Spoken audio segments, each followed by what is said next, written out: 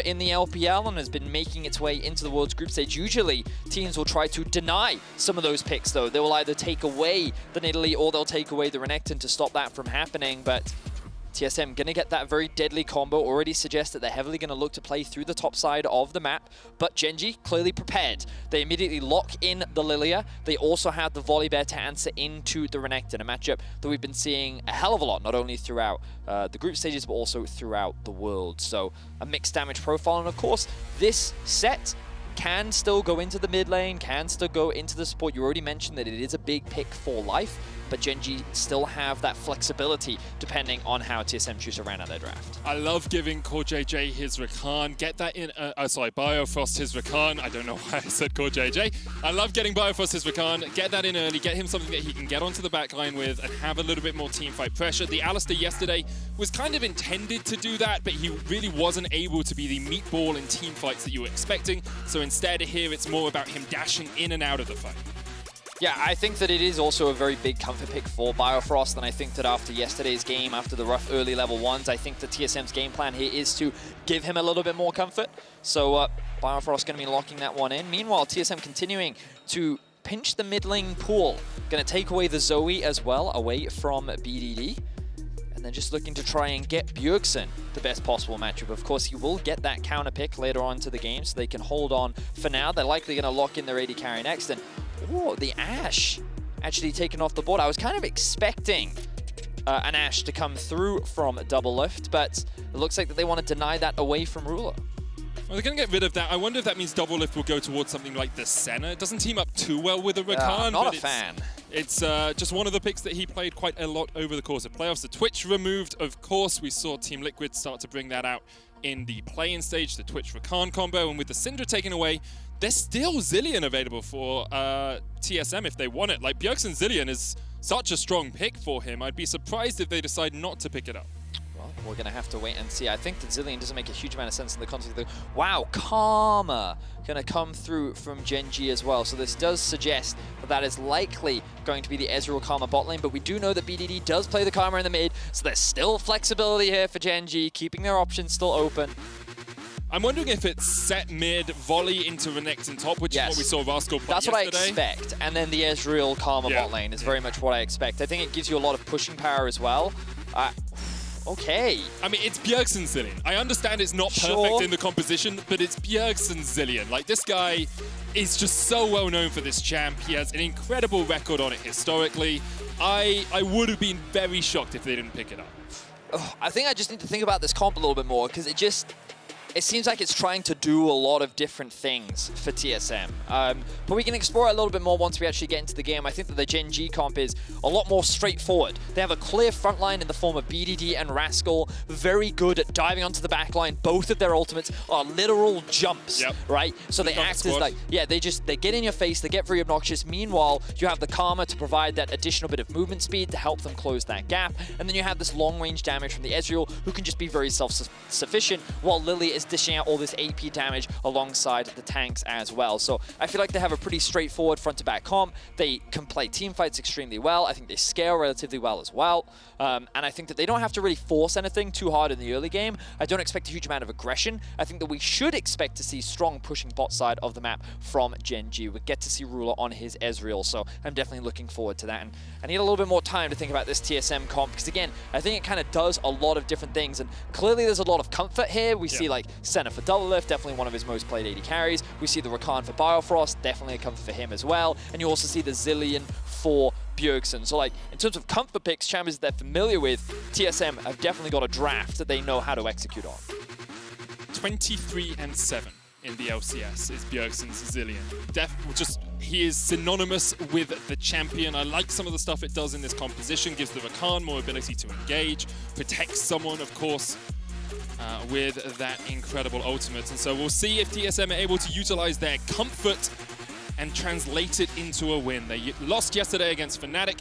Gen.G just kind of sneaked by LGD. It wasn't the most impressive showing, but now today they will be trying to show that they are fighting for the top spot in this group. You know, thinking more about it, I actually think TSM really wanted the Twitch. And I think that Twitch ban was really huge from the side of Gen.G. Because that makes sense. Because if they had the Twitch, then all of a sudden this makes a lot more sense in terms of the composition.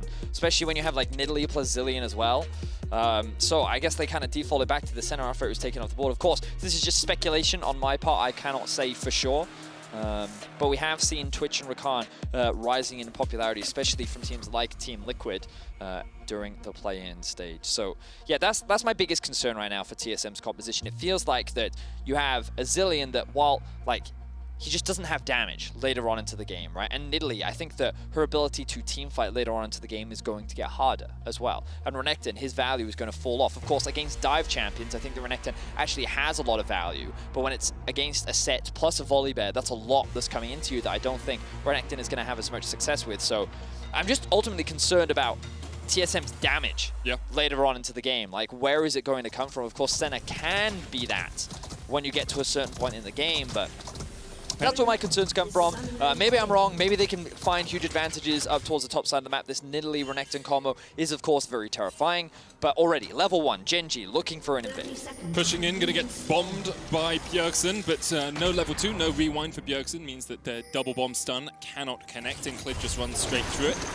He's actually going to channel his recall here, and it looks like they've just gone in to see if they can gain some vision and then decided against going for anything more.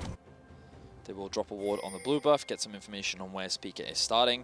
I think that Gen.G expect Spica to path towards top side of the map because, again, this Nidalee-Renekton combo, very devastating, setting up the dives, looking for early ganks. Like, you kind of land that W from the Renekton, the spear comes through, like there's so much damage and power that can come off the back of it as well, and typically Renekton can generate so much pressure in the top lane as well. You can then move down into the top side enemy jungle and work with the Nidalee to try and invade, steal away some of those camps, and look to play as aggressive as possible. Of course, on your screen, you can see the runes coming out from Bjergsen's Zilean. Very famous, known worldwide, as you already mentioned. A very impressive win-loss record on it. And going for the Glacial Augment, providing that additional utility to make it that much easier to land those double bombs to set up his team for good fights. And that is something that TSM have in spades. You've got the Glacial Augment coming out from DoubleLift, you've got Bjergsen with it as well, you've got the speed up from Bjergsen and from Spica.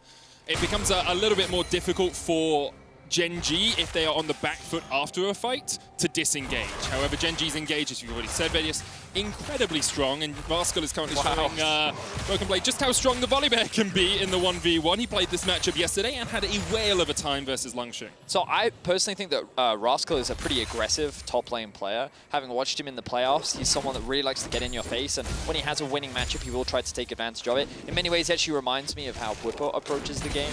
And yesterday, we saw a lot of crazy skirmishes between Broken Blade and Bwipo, both getting the edge in different situations, and I think we can expect to see the same thing from Rascal up against Broken Blade as well. He's not going to hesitate to go for that all-in, go for those trades, but so far in this laning phase, kind of things going as we expected. Rascal going to have that early push on the Volibear. Meanwhile, on the bot side of the map, Life and Ruler, when you're running with the double-ranged comp of the Karma and the Ezreal, there's going to be a lot of harassment, but here's Spica, level 3, looking for the gank. Aggression can cost you as Spica comes up towards the top lane. Rascal trying to trade onto Broken Blade, but Broken Blade almost wins the 1v1, has to flash away. Spica now jumps forward and swipes away the bear. First blood TSM. This is very much what we expected, though. A full topside clear from Spica into the level 3 gank, going to get the Renekton ahead. Of course, it does cost Broken Blade his flash, but the wave is in a really good spot for him, so he's going to be able to TP back in, and they can look for a return gank in the near future. Rascal does still manage to hold on to his flash in the top lane there. So Broken Blade, no summoners as he TPs back to the lane, but does have a Doran's Blade and a pot to only the Doran's Ring from Rascal. Meanwhile, in the bottom lane, we see Life and Ruler pushing in. Ruler actually running the Cull Cut Down combo, which is one we've seen a few AD carries do, because you don't get the extra health from the Doran's Blade. You can run Cut Down and get that little bit more damage against your lane opponent. The posturing very far forward in the lane. Bjergsen applying the bombs, being obnoxious with his Glacial Augment. BDD going to be forced back underneath his tower. But while all this was happening, Clid did steal away the blue buff. We did see that on our screens, just utilizing the fact that he has pressure in the bot side of the map. Along with the mid lane, Zilean really doesn't generate a lot of lane pressure in the 1v1 into any matchups, and that's why we see BDD being so aggressive. And if you have a look at the CS discrepancy, there is a huge CS difference in the mid lane between BDD and Bjergsen. So BDD playing this matchup very well, knowing the limits of the champion and trying to take advantage of this Zilean in the early game.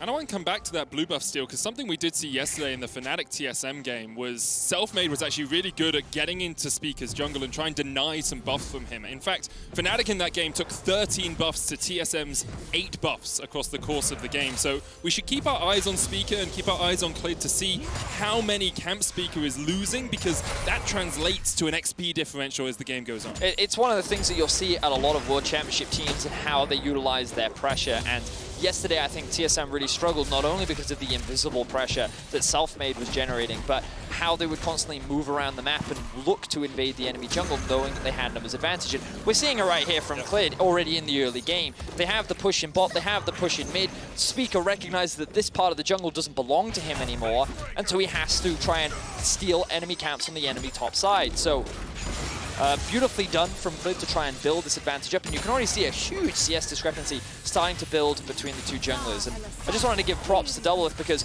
while top is falling behind in far, I think he's actually got a bit of a freeze up, so I think it's not too bad that he's behind, but mid is very far behind, jungle's very far behind. Even in a losing 2v2 matchup in lane, DoubleLift actually coming out ahead in the CS department. Should be able to pick up that tier, get towards the Manamune relatively soon. Rudo's gone back and got himself a tier alongside another Sapphire Crystal. So just stacking up all the mana that he can on the Ezreal early doors. Knows that he really doesn't have too much kill threat on the Senna and Rakan in the lane, so doesn't need to get that Manamune ASAP. But you can see that from Gen.G's perspective, they're looking at the tier for Ezreal, they've got the early mercs for BDD, and it's very much just a matter of taking their time. They don't have to rush into thing. If they're just constantly getting these XP and farm advantages, then they're happy, right? And they're going to keep this thing, they're going to keep the game going in this state for as long as they can, so they can ramp up and then look to play around these neutrals like the Drake, as Gen.G actually sending it for a dive on the top lane. Broken Blade the target, no flash, no TP. Lilting Lullaby not available yet for Clid, still only level 5, and so Broken Blade with the Dominus should just be able to force them away. Clid looks towards the Krugs and is like, well, these aren't quite as good as a kill, but instead I could take them, as Rascal is going to actually keep this wave away from the turret. Now, Spica is on his way up, Vedius. This could be a little bit dangerous for Gen.G. TSM trying to collapse. Bjergsen has the 6 and has the TP. Could get in with the chrono shift if this dive goes too wrong. But look at the minimap right now, Medi. You can see that mid is still pushing in. VDD gets to roam up first, and while Bjergsen does have the TP, there's a huge health differential. Clid gets to steal away the Krugs. He's going to steal away the red buff, and it's kind of a similar pattern to what we saw yesterday, where it's just a matter of utilizing that early game pressure to steal away camps. And remember, the meta right now is very jungle focused. Teams that play and funnel resources into their junglers often find the most success. That's why a lot of players like Kasa, players like Kanavi, players like Canyon were all very hyped up coming into this tournament because of how teams are capable of playing through them. And we're seeing now here from Gen.G how you can utilize that pressure in order to funnel even more resources. And the best way to do that is to deny the enemy jungler as many camps as possible. And like, look at that CS differential between the two junglers right now. Clid is already level 6, Spica's still level 5. And even though no kills are happening in the early game, Spica is really feeling this disadvantage. And the thing is, it's not even his fault. Yeah. There's nothing he can do about it. He doesn't have that pressure in the lanes. He has a Zilean in mid and a Renekton up top that's just getting bullied. He's looking down towards the bottom lane right now. Spear doesn't land as Ruler flashes away from it. Spica trying to do what he can on the map. One of the youngest players at Worlds. Nice. The last embrace connects, and Ruler has been caught out here. Spica dives forward, his second kill of the game. Life forced away, TSM finding picks where they can. All right, I love this play from DoubleLift, really stepping up here in the 2 versus 2, doing very well in the farm department, and is like, I'm going for this. Flashes in, lands the root, no Ruler doesn't have any escapes left, makes it even easy for Spica to get the follow-up, and TSM advance their kill advantage to 2-0. Even though Spica has fallen behind in this early game, his Nidalee is still to be feared. 4-1 throughout the LCS, drew 15 bans on the champion, and he is 2 kills to the good this game so far.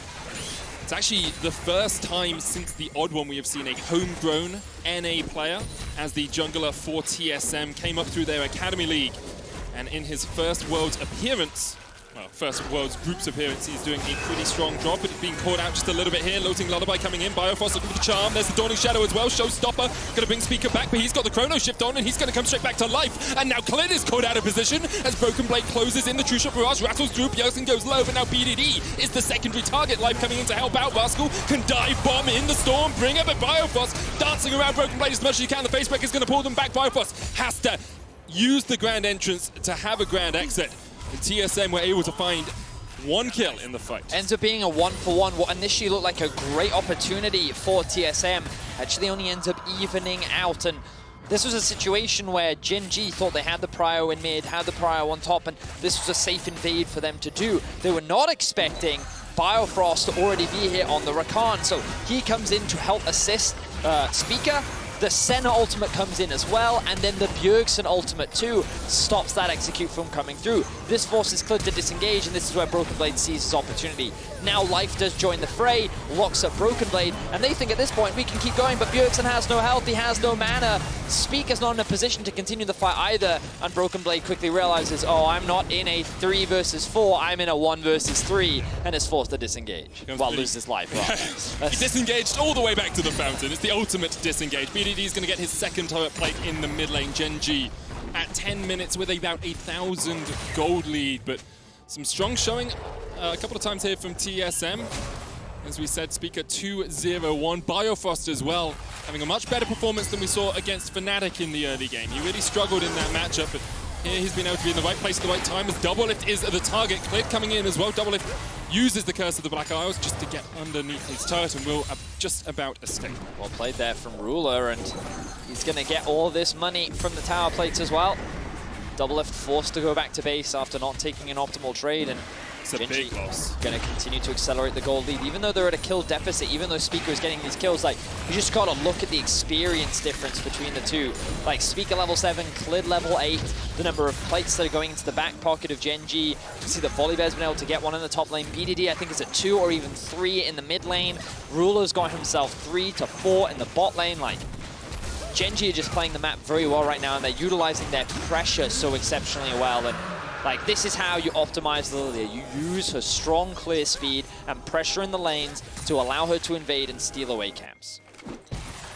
And right now it is working out so well for Gen.G. Rascal goes back to the top lane with a 20 CS lead over Broken Blade. Broken Blade, of course, picked up a kill, but Rascal has that hodgepodge of items that we often see on the Volibear. As Spica comes up towards him, Rascal with the stun on Broken Blade will just be able to get underneath his tower. Spica unable to dive in there. So Spica trying to make a play up towards the top side of the map, really the only opportunity for him. Rascal's still sticking around, though. I feel like that this is a very dangerous thing to do, but he does know that Clid is in the back. I don't know what word I was looking for there, but he's behind him. Clid is there. Peeking out the window like, I've got you, Rascal, I'm here, I'm looking. Rascal also has the Stormbringer for that little burst of health as he uses the ultimate, so perhaps he was trying to bait TSM into a disadvantageous fight, but Spica's actually stayed up here, and now the TP comes in from Bjergsen. Rascal's going to have to try and run, gets down on all 4s, and jogs his way away. But, so the problem with this is now you concede so much in the mid lane. Like, that TP investment gets you absolutely nothing, and actually I feel like Gen.G, yeah, here we go. I felt like they could have gone harder on this, and they're going for the dive. As well, see, doesn't quite connect. Biofrost trying to get away, has to use the flash to get away from the chains of a life. Another plate goes down, and now Rascal TP's down towards the bottom lane. DoubleLift immediately sounds the alarms and retreats. This will be the first tower of the game in the bottom lane. And this is the cross-map play from Gen.G. They realize that TSM invests 3 members top, so what do? Trade TPs, invest members towards the bot side because they got that mid prio. They could push people into the mid lane, then move through TSM's bot side jungle and pressure onto that bot tier 1, securing themselves the first tower of the game. So Gen.G right now just kind of playing the map and kind of punishing TSM for the moves that they're trying to make. In terms of CS, we have an advantage for BDD in the mid lane. He's getting himself up. He's got a giant spell to Barmy Cinder and a no magic mantle. Often we see the Barmy Cinder into Deadman's Plate come out on Sett mid lane just for that gap closing ability of the extra movement speed. My expectation is that's where BDD will go, but with that little no magic mantle resting in his inventory as a possibility, he decides to get a little bit more magic resist to deal with Bjergsen. So it's quite interesting when you look at the goal difference between Clid and Spica, it's only about 200, 300, but when the enemy jungler is 2-0 up and you have a kill's worth of gold advantage, you can see how valuable this farm is and how much damage Clid has been able to do in terms of his counter jungle presence and constantly stealing these camps away from Spica. They're going to look to do the same thing again here as they push in the mid lane, They're looking to gain control over the top side river so they can look to secure themselves potentially the next Rift Herald. Now Rascal has found Broken Blade. BDD is on his way down and has the Ghost could pop it if he thinks Broken Blade overextends. There's the Dominus, a slice and dice is going in, and now Rascal running up the river to the help of BDD. The showstopper available here for BDD, and Broken Blade, we have seen him outplay a 2v1 before, and the rest of his team is on the way to try and help out. The showstopper brings it back underneath the tower. The chrono shift just in time. Broken Blade survives. Rascal has to flash away, and that bomb is ticking on his head. Doesn't quite take him, but the Dawning Shadow from downtown. DoubleLift gets his first of the game, and Spica is looking for a little bit more as he lands the spear, looking for the pounce to dive in onto BDD, but will not go for it. Ruler, though, flashing in the top lane, jumping in, sorry, with the Arcane Shift to try and catch out DoubleLift. Biofrost now dives back onto life. DoubleLift doesn't really want any more of this fight, knows he doesn't have the ult, and knows that Ruler and Life are just that little bit stronger right now. Oh, really clutch stuff coming out from TSM to keep Broken Blade alive. In the 1v1 with the Blade of the Ruin King already completed, Rascal greatly overestimated his ability to win it, and he needed BDD's help, and I thought that when BDD ulted him back underneath the tower, that was it, but Flash comes in from Bjergsen just barely enough to get in range of the ultimate to keep him alive, and they're able to get themselves the bot tower. So they end up trading, but then with the Rift Herald on top of that, Gen.G extend the advantage even further. So they're now 3 towers to 1. They still have a 2k gold lead, and while they're behind in kills, the gold is still heavily in the favor of Gen.G. 2,200, 2,100 gold lead right now. We'll have another look at this Axe replay. The Stormbringer comes out, and as you say, I think Broken Blade's dead, but the Colder Meat into Flash from Bjergsen is just enough. And I love the fact that TSM commits to the dive here as well. Good ultimate from DoubleLift to get into a position where he can land that execute. And then Spica's like, okay, I've got to zone him away. I don't want him defending this tower. And they're able to make that trade happen. So good stuff from TSM, able to answer back. Now the trade spawns in about 10 seconds. I don't think that TSM is strong enough to contest to this right now. I think that they're likely going to just concede it, especially with Renekton on the top lane, but he does have the TP. But I think that the smarter play here is to just disengage, not go for it, and instead look to fight for the third Drake when you have a couple more items under your belt. See if you can get towards that Black Cleaver for DoubleLift. Looks like there's going to be 2 actually on the side of TSM, with Broken Blade having a Phage in his inventory. There's some armor stacking on the side of Gen.G, so Black Cleavers can help out. And with the threat of dive from Gen.G, I don't mind DoubleLift saying I need that little bit extra health to try and survive the initial burst that comes out from the LCK representatives. I think that the Black Cleaver can also just offer a lot of value in terms of the stats that it provides. It's already said the health, the bonus movement speed, the things that Phage give you, the cooldown reduction, extremely valuable as well. Of course, one of the big things I always look at this point in the game is the level differential. You can see that even though Bjergsen was put very far behind, level 12, of course, his passive gives him a lot of valuable experience because he can channel that into his teammates, help them get that level advantage, or sorry, that level up, and then he also gets that XP as well. So even though he's been bullied very heavily, he is actually sitting ahead in terms of BDD, but DoubleLift still a little bit behind. Senna only just hit 20 I was going to say, only 20 souls at 17 I will clarify that, but that is very late. Yeah, I think that was mainly just information in terms of the bonus stat. We'll find out as Rascal gets caught in the bottom lane. We'll wait for production to get back to us, Vedius. Rascal trying to win this 2v1. It's going to be a 3v1 shortly as Broken Blade will join. Rascal, no flash, lands the stun on Biofrost, does have the Stormbringer. He's going to try and jump away to the safety of the tower. The Spica will not dive the bear today. So, looks like Rascal's able to escape the weak side police, but it means that Gen.G is going to look to create pressure on towards the top side of the map. They're going to continue to steal away these jungle camps, threaten onto these towers. DoubleLift is just going to be forced to play wave clear duty for the time being, and it's just more and more being denied away from the TSM jungle. And you can see it's been sort of a steady 2,500 to 3,000 gold lead for Gen.G over the little while. A couple of dips here and there, but they continue to keep it about that point. TSM have done a good job of not falling too much further behind, and I have just got clarification, Vedius. DoubleLift now on 21 Absolution stacks, so only has the first upgrade from his passive. Does give you that little bit more range, but usually if you're thinking of like super scaling Senna, you want to get to about 80 or so to be in a really strong position. Well, I mean, even 60 is fine, but I'm like, that is, yeah. Maybe I don't play Senna enough, maybe I'm wrong, but that feels like quite a late 20 stacks. Does to me as well as the quickness comes in. Life here to help out Rascal, and Spica dives in. Rascal already dead. The tanking from TSM is sublime. Biofrost able to walk out. The Loathing Lullaby will not be used as Ruler dives forward. Oh, Spica so low, just about able to survive. So TSM get themselves another kill. They've been doing a good job of finding a lot of picks. And this time, Gen.G isn't able to punish TSM for anything. They're just forced to catch this bot wave. And they will be able to close that gold gap just a little bit. Now only 1.3k. TSM still looking to scale up, ramp up in towards the later game. So I've been thinking about it a little bit, Vedius. I play mostly support Senna, so my job is usually to harass and get fragments, right? However, into an Ezreal Karma lane, well, I mean, yes. I can see how it would be very difficult to get any stacks off. Of course, but this also then brings more questions just around the purpose behind the Senna pick, right? Because he did also blind pick it. He had no information on what he was going up against. That's also why we saw the Ashe pick come through, the ban rather. Either way, I think DoubleLift is still having a good game. You can see that CS discrepancy is starting to fall even further behind, but that's because Ruler is getting so much more farm funneled into him. Yep. Now that we're reaching later into the game, Rascal's kind of like taking a back foot. You can see that he's actually 2 levels behind Broken Blade right now. But that's because all that gold and resource is being funneled into Ruler instead, and Clid as well. But we do now have a minute and a half on the next Dragon, Vedius. Already 2 picked up for Gen.G. This would be sole point for Gen.G if they get it. It's only a mountain, so it's not the most impactful. It's not an ocean, not a cloud, but sorry, not an infernal, but it does still give you a huge amount more tankiness. And when you're playing with things like a Sett and a Volibear, the setup around this mountain dragon could be very impactful. Yeah, it certainly is. And I think that both top laners have TP. I think that what Broken Blade could do here is push in this wave and already move down towards the bot side. Interestingly, we see that I think that there's enough time for Spica to actually path up towards top side, get a little bit more information on what's going on in his jungle, but he needs to now start helping his team clear out some of these choke points. You can see that there's a control ward currently sitting on the blue buff, and this is going to be one of the obnoxious things that TSM have to get past.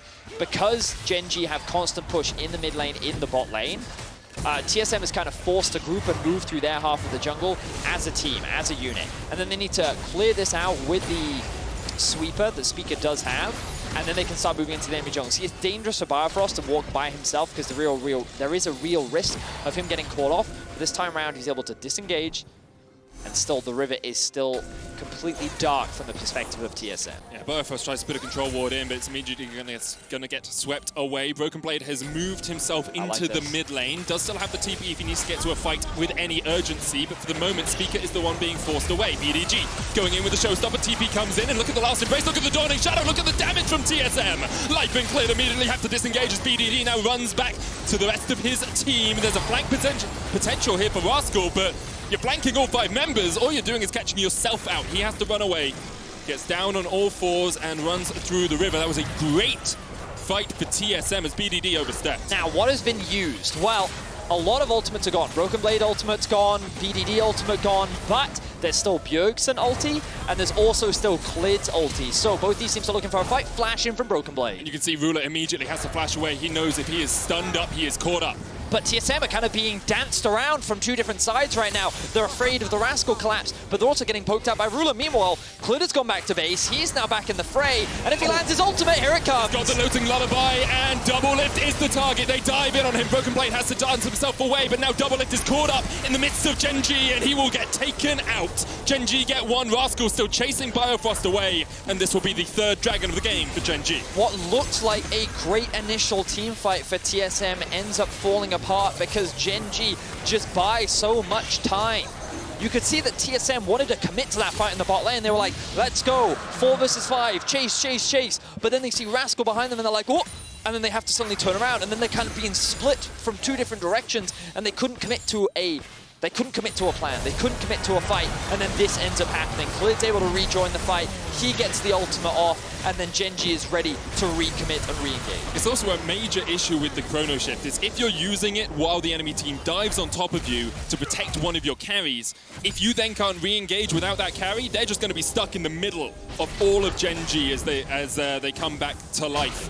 BDD here caught out just a little bit by Spica, but he's got an adaptive helm and a dead man's plate, and he doesn't give a flying hoot about any of this. Bjergsen coming in with the TP as well. Does have the Chrono Shift back up. BDD's going to show stop at Biofrost back. Bjergsen almost taken out, has to use the Chrono Shift on himself. And once again, look at this. Wherever TSM, they can't get there in time. Bjergsen dive bombed in with the Stormbringer, and BDD punches him to death. The Zilean's down. Biofrost. And next on the menu is the Mystic Shot finds its mark. DoubleLift trying to dance around as much as he can, but it's a double for Ruler. And Gen.G have broken this game wide open. TSM tried to force a play onto the top side of the map. BDT was the target target that they went for, and it did not come through. Spica is going to be executed on the hands of Clid in his ultimate, and Gen.G will be able to lock down the Baron. And Ruler flashes the Samsung Galaxy emote. Last time these two teams met was 2016 Worlds, where Samsung Galaxy and TSM went 1-1 in the group stage. Ruler, the only player left standing on this squad for Gen.G, who was there then. And once again, he is taking it to G2 with fights like this. So we're seeing the second half of this fight. And you'll notice that Bjergsen's ultimate gets popped extremely early. It was TSM that tried to instigate the engage, but it was such a good ultimate from BDD as well to use it onto the Rakan to actually catch him off guard, and then what looked like an engage from TSM actually ends up being an engage from Gen.G, which they can very quickly capitalize and punish. And the gold graph has gone from a meandering mountain to a skyscraper as it dances all the way up to 6,200 gold lead here for Gen.G. There's a dragon on the menu, a soul for them in 2.5 minutes time. And in this Red Bull Baron power play, they have a lot of different options. They are looking at the moment to split BDD down towards the bottom lane. Rascal goes up top, and it's kind of a traditional 1-3-1 here, Vedius. Yeah, I think that with the Baron buff, they can kind of just do whatever they want. I think that no one can really deal with BDD in the bot lane. Notice that he is, I think, the highest level in the game right now outside of Bjergsen. He is extremely tanky, and no one's really going to be able to kill him. Bjergsen can hold him, but while he generates pressure bots, they can just play through mid and top. And like this forces also a lot of the wave clear from TSM to disappear because he's forced to sit in the bot lane. And that then makes it easier for Gen.G to actually set up these sieges, so they can now push in mid, move through the top side jungle, threaten the top tower, and slowly make their way closer and closer to TSM space. Bjergsen trying to clear out the wave here. BDD just punching the tower for all he's worth. Biofrost looking for an engage.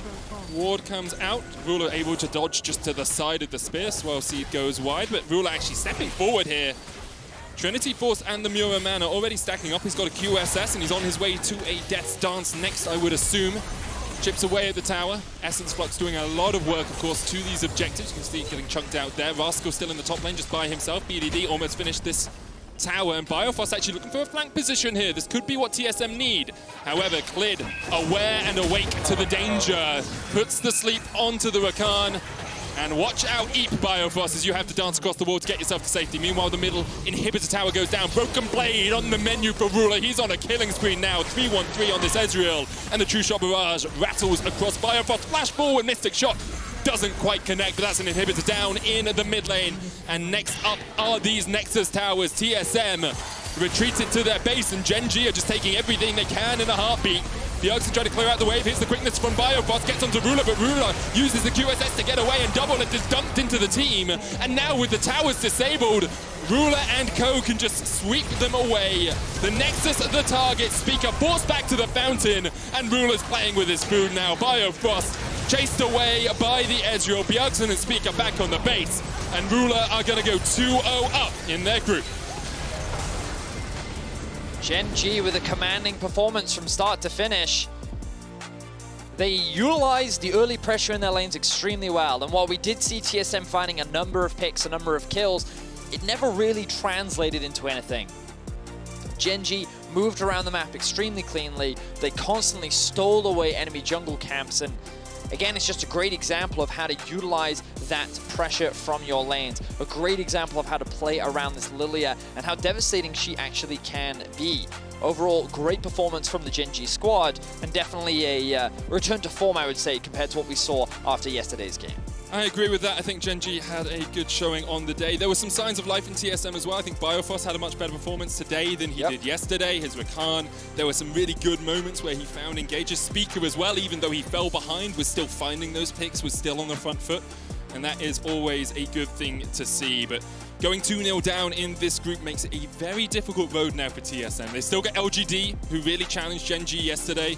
And then, of course, they've still got the second round robin against Fnatic and Gen.G as well. Yeah, so from TSM's perspective, they kind of want Fnatic to lose to LGD, and then they want to beat LGD, and then you suddenly have a very interesting group where everyone is kind of, with Gen.G kind of clearly at the top, and then everyone else kind of fighting for that second spot. But we'll have to wait and see, because of course our next game is going to be a big one. Yeah, that is our final game of the day. It's just around the corner as Fnatic face off against the LPL's LGD. Before we go to the break, though, let's